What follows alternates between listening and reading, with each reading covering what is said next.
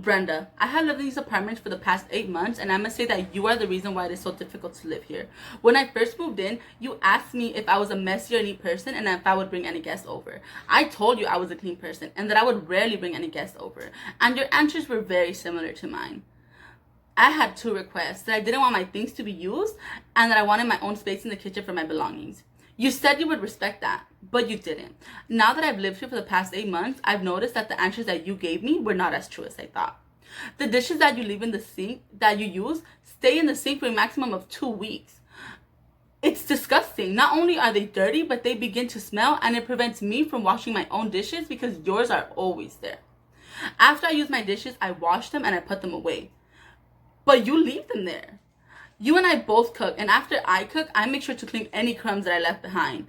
I make sure to pick up the stove, the counter, the floor, the table, because I know I made a mess, so I'm gonna clean up after myself. But after you cook, you leave the mess there.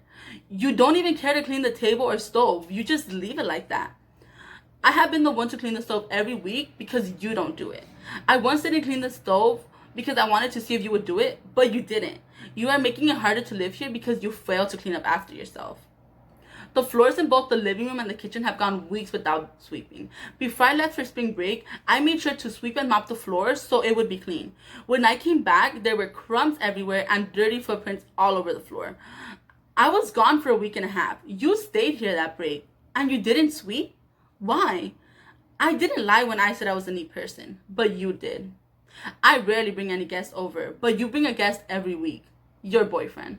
Not only do you both make a mess in the kitchen, but you do not clean up after yourselves. Bringing in a person who is unwilling to clean up after themselves makes the communal area dirty, and it is frustrating having to live like this.